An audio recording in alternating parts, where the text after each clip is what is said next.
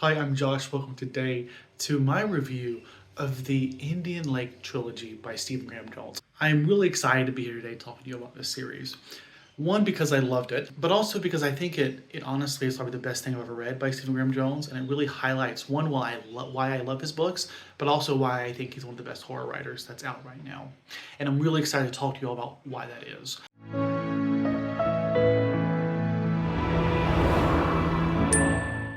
What I love about Stephen Graham Jones is he is one of the most creative horror writers I've ever read. He also has an intense love for horror slasher classic films. That is obviously a major aspect of this series that I will get into, but it's not new for him. It's very much almost like a recurring theme throughout all of his books to have these homages to varying degrees to horror films throughout what he writes. There's a book that's literally a series of screenplays of a horror film trilogy, another one that is talking to you in narratives as if you're actually watching a frame-by-frame film.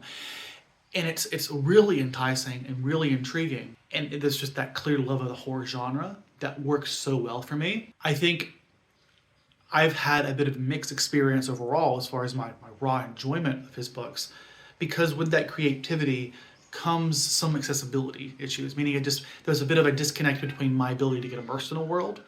And that's not necessarily a bad thing. I keep coming back to him, and sometimes I've even reread some of his books because I think there's like an intellectual interest there in how he approaches his storytelling and just the things that we can get out of it that it really makes it stand out from other forms of horror writers. And with this series, I think what really makes it so good for me is that we have this like perfect amalgamation or combination of horror love, like horror slasher love and homages and nostalgia, mixed with his own normal creativity in the structure and the design of the world, and also, of course, the rich themes that are also throughout all of his works. And also like a bit of like a fun camp. So you have this enjoyable, almost playful yet real dark world that explores these real themes in a really creative way. It has that nostalgia, and it's just all the perfect balance in a way that makes it work extremely well for me. And that is why, at its core, why I love this series and why I think everyone should read it. Granted, a big part of my love here is that personal side, and I think it's important to stress that, but I also think that there are objective reasons why this series is just objectively a really well done series, and it should be given some of your attention. I want to split this into certain structure where we start with just a setup of the first book, and that way if you're new to this series, you don't know anything about it, you can stop there if you want to. I won't be spoiling any of the books, but when we get to the larger series discussion past book one, there are some mysteries that it's hard not to allude to, like the direction it's going to be going. And I don't think, if you haven't read the books, I think you'll be fine watching this. It's just a question of like how much you want to know going in. We can have a conversation about spoilers, but I don't want to get into it. Just know that like I'm talking about like the setup of this first book, the setup of the series, the themes, and how it's approaching the story. The things that I think will help you know whether or not you like the book without ruining the surprise with the experience. So Jade Daniels is arguably the main character of this book and of this series. I really debated on whether to say that because she's very much an unreliable narrator.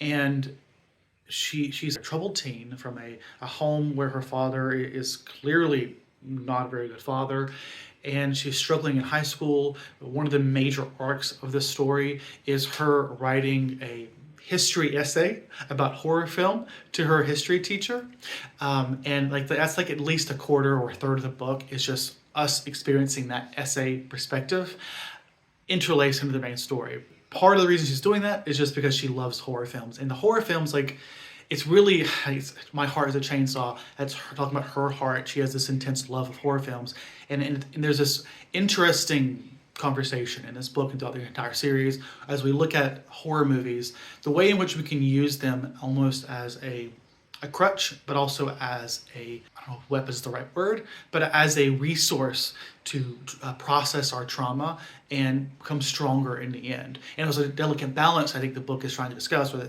Stephen Graham Jones is trying to discuss on where is the right line in terms of how you're going to healthy attachment to something like this, or whether it's horror movies or anything, versus using it as something to, help strengthen you, build your character. Also, I forgot to mention, somehow it's Indian Lake Trilogy. She is also a Native American, and she's one of the few Native Americans who live here in this town, Proof Rock. Proof Rock is very much like a major part of the story. As we go on in the story, things will change because people will evolve, but it's always going to be based here in Proof Rock. Proof Rock is the overarching setting, and it becomes like a bigger part as we go on. When we think about Jade as a character, first thing is let's think about just her love of horror, her personal situation, and how that's sort of presenting itself in terms of her struggling in school. It really sets up the themes that are being discussed in this book and in the series at large, and there's a delicate balance, I think, that Stephen Graham Jones really takes on this, where we're trying to analyze both stereotypes and also real-world issues, and how to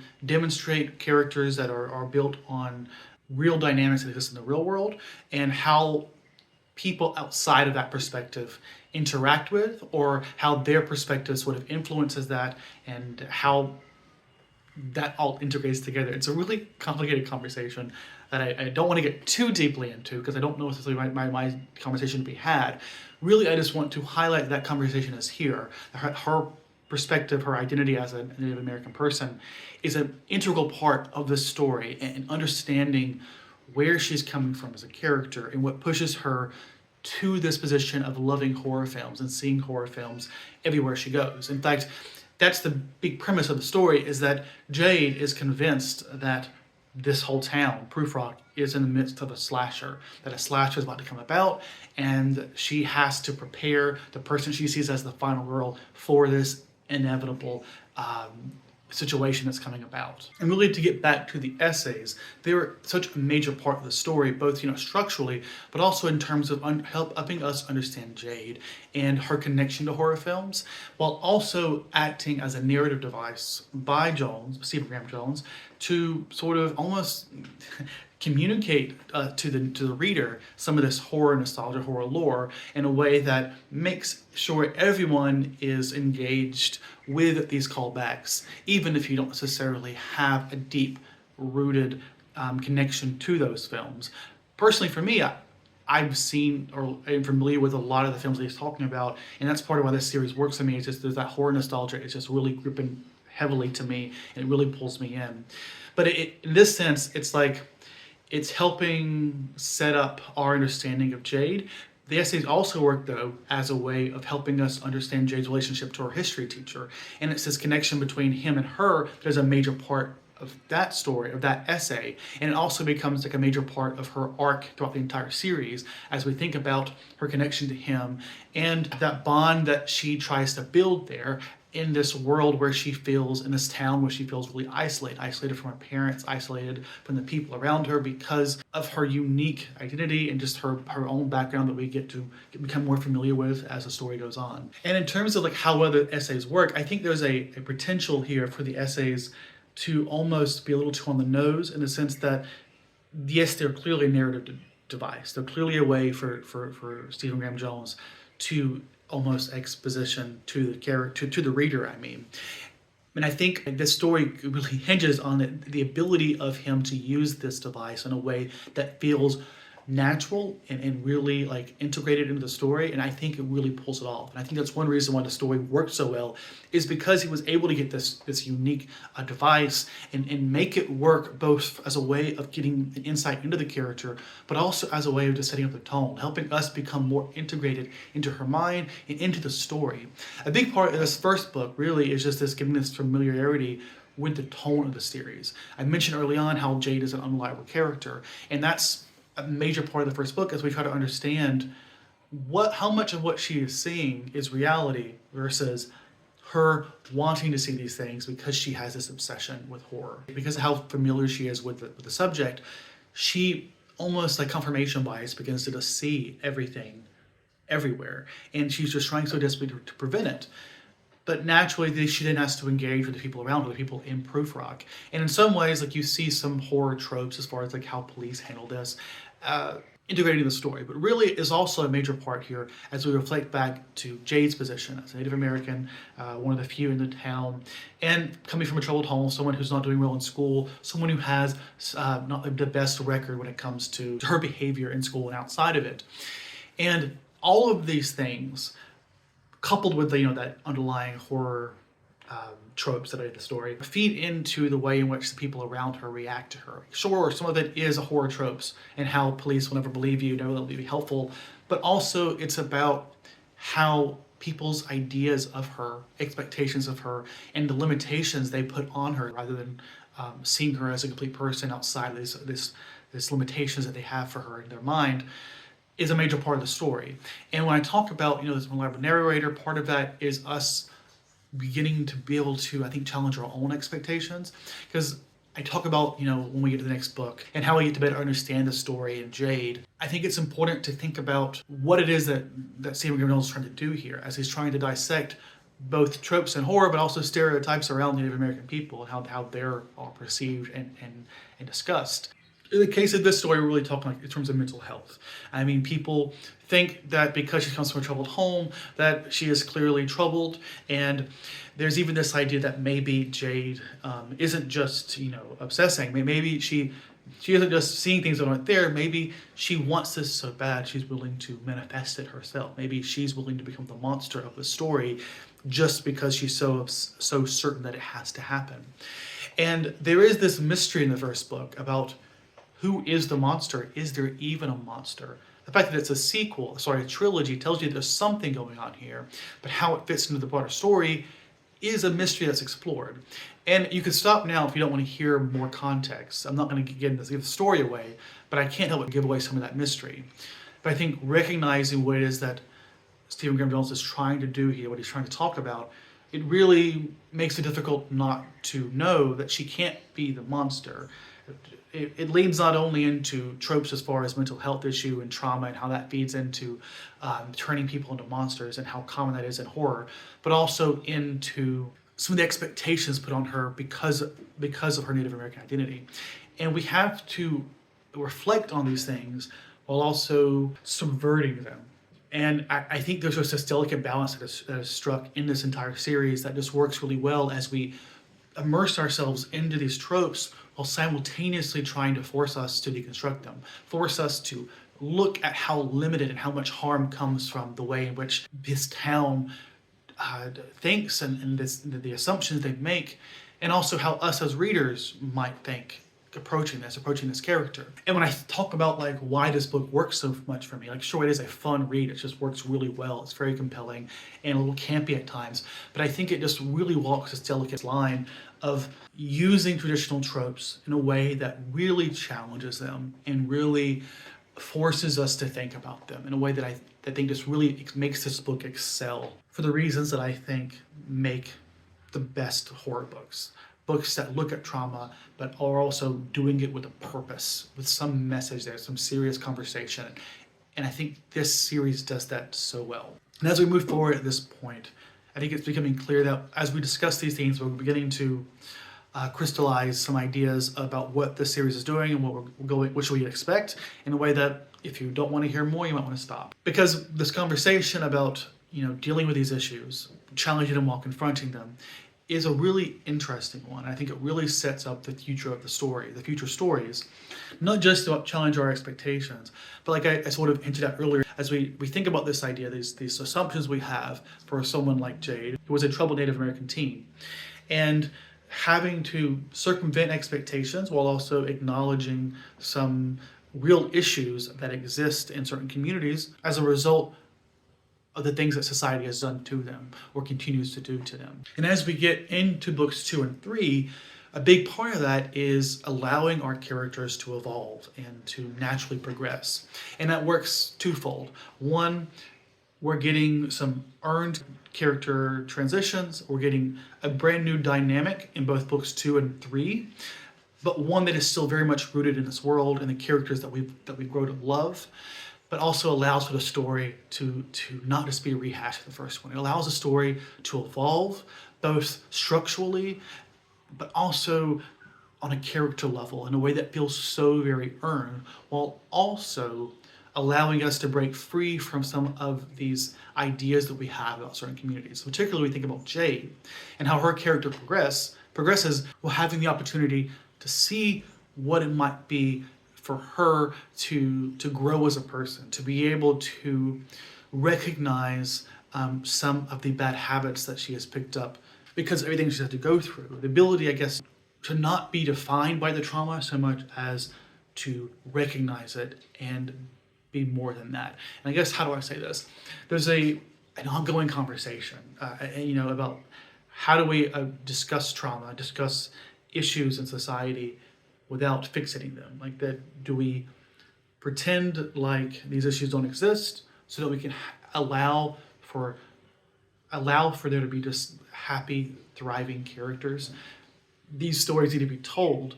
What I loved about this series is as we go on, we begin to get the opportunity to glimpse that. I don't want to pretend like this is a happy story. It's not a lot of trauma. Things keep happening.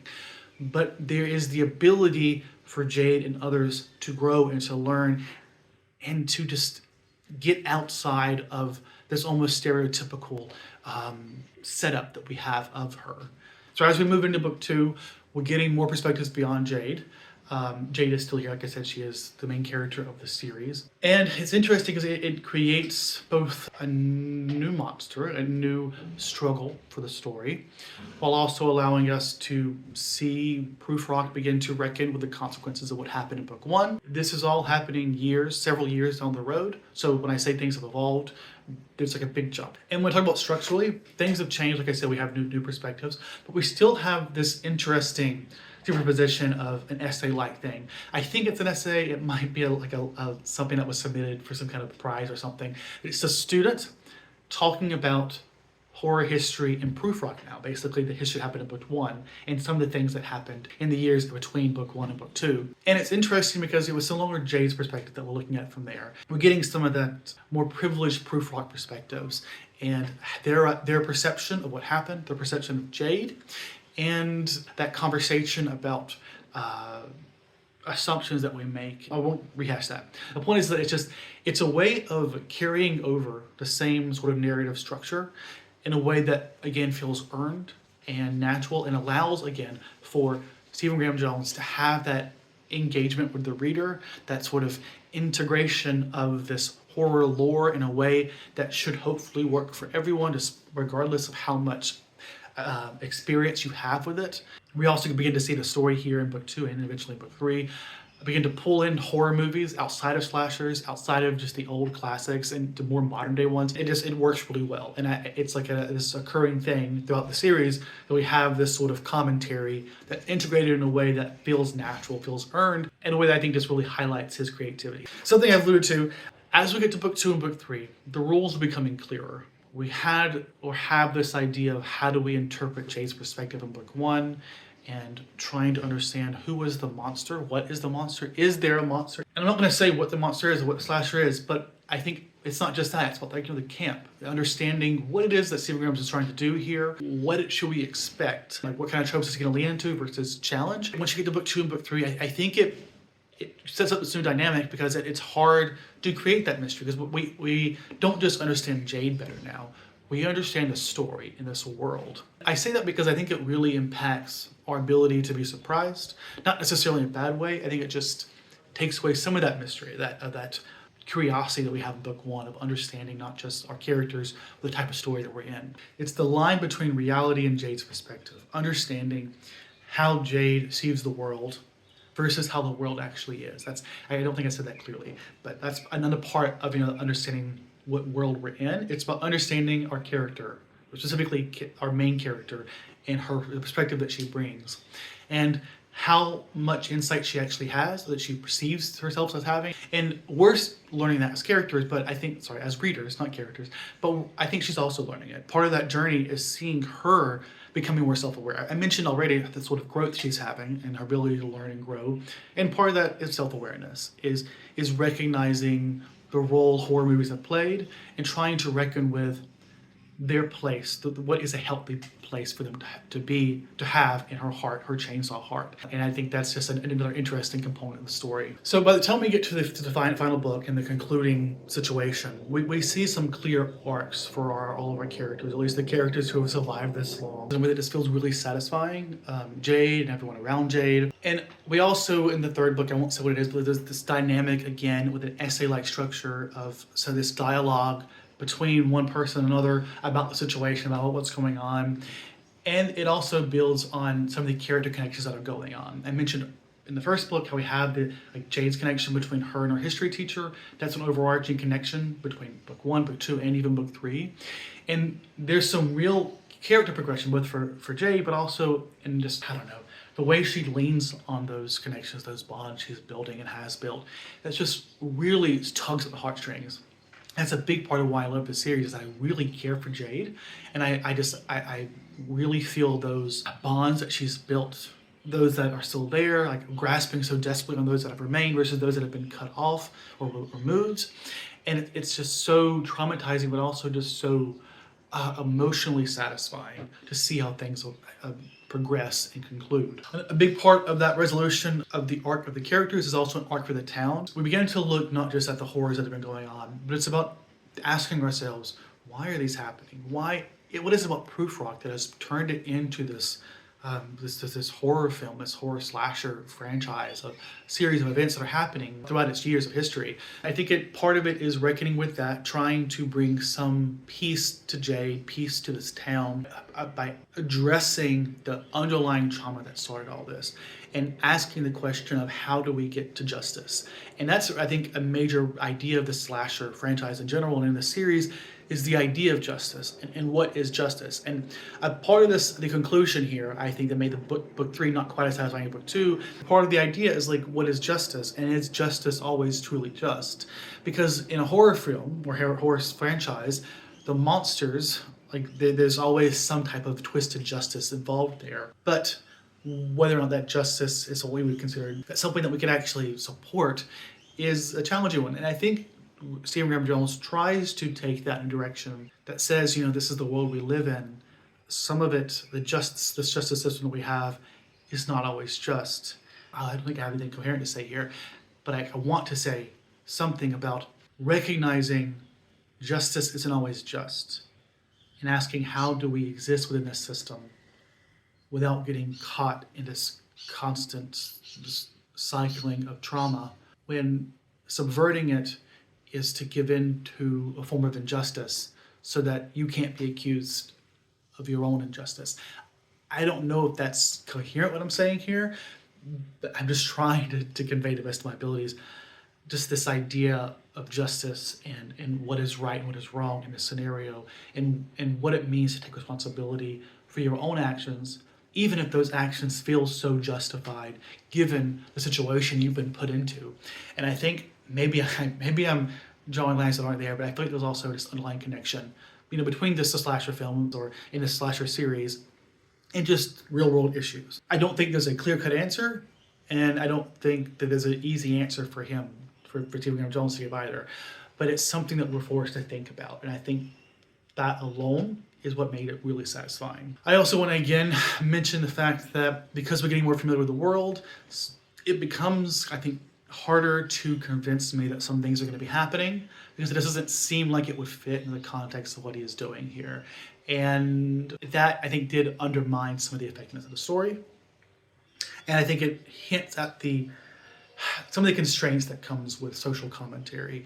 And when you have this series that is, as much demonstrating a love of the horror genre while also deconstructing it and deconstructing social issues through the social commentary, you then become somewhat restricted in that realm of discourse, where you want to challenge and not perpetuate harmful ideas and find that balance. And I think in some ways it can be limiting as far as his ability to surprise us. I don't think it's necessarily inherently a bad thing. I think it does affect my enjoyment of the third book relative to the second book, but they're still all 5 stars for me. So I still loved it. It's just something to be aware of. And overall, it's still one of my favorite series of all time, let alone horror. I will definitely be rereading this. I think there's a lot to just unpack. And just overall, like I love the references to the horror films. I think that was, again, a big reason why the series worked for me. I can't speak enough about how much it felt like this series was written for me. It felt like it was designed so perfectly for me. And it's why I can't help but absolutely just love it and adore it. Then there were some just extraneous spoilery thoughts. So this is the point of this review that you just leave if you don't want to hear just full out spoilers. I think I've already talked about this a bit, but I love that relationship of Jade's to horror, and that relationship she has in finding the right balance. So where first in book 2, she just immediately rejects horror, refuses to think about it because she feels like it's an unhealthy attachment. We even see her go back from being Jade to Jennifer, her traditional name. And like we see her embrace Jade, but also embrace horror movies in book 3, as she realizes that sure, she may have had an unhealthy attachment to it before, but that doesn't mean there's not a strength to be had. And I just found that so satisfying, and I think it really contributed to her arc and her evolving as a character. One of the great things about book 3 was seeing Jade become a teacher. That full arc I was talking about, of how she goes from being a struggling student to being a history teacher, and just that relationship there. The first thing I thought was absolutely of Nancy in Dream Warriors, Nightmare on Elm Street, and then Stephen Graham Jones goes and references Nancy. I loved it, but it also made me so certain. I was so certain that this was foreshadowing that Jay was going to die. I thought for certain she was going to die. This is an example. I think the use of this horror tropes and the horror commentary definitely subverted my expectations, because I absolutely did not expect her to survive this. I thought for certain she made this character involvement, she'd become this full person, and she's going to die for this town because she's already gone through so much shit, and it would have been devastating, and it's still devastating the way it is, but just I really appreciated that, because I think it really tricked me. Letha's daughter died. When I talk about the ability of the book not to surprise me, I couldn't believe that Letha's daughter would die. I honestly was shocked when her husband died. I just felt like Letha is this interesting contrast to Jade in the entire story, where she is his best friend. She herself is BIPOC like Jade, and she's gone through, like, she's comes from a very different origin point to Jade, almost a contrasting one. It's one of some privilege, while also having to deal with some social expectations, and also the trauma she's gone through and how that has pushed her to evolve. And in some ways, we see her evolving in a direction that is much less healthy than Jade. And it's interesting to see how they feed back to one another, and how I think they uplift and support one another. And after all the trauma she had to go through, I just could not believe that Stephen Graham Jones would make her go through the loss of her own daughter in that way, in such a traumatic way. And I just didn't believe it. We sort of sat in that reality for a while in a way that I almost started to believe it, like, damn, maybe it's actually happening. But no, it wasn't the case. The ending, we end with this perspective of an epilogue that is communicated as if we have no information about anyone involved. And instead we just have certain commentary that alludes to what we know about people, like referring to Jade as the girl with the chainsaw for her heart.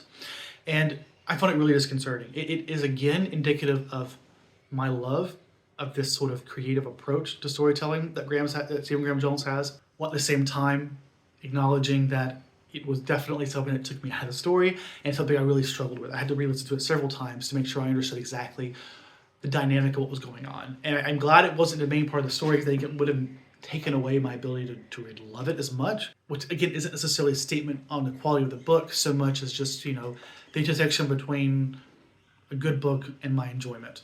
But still, that was something that was intriguing, if a little annoying. That's it. That's my thoughts. If you made it this far, one, I really appreciate you. This video is probably really long. And I'm curious, what are your thoughts? Did you love this book? Have you read it? Or are you going to read it? I say book, series, obviously. This review is late, unfortunately. But I'm glad it's out now, and I hope you enjoyed it. Hope you have a great day. Stay safe, and I'll see you all next time.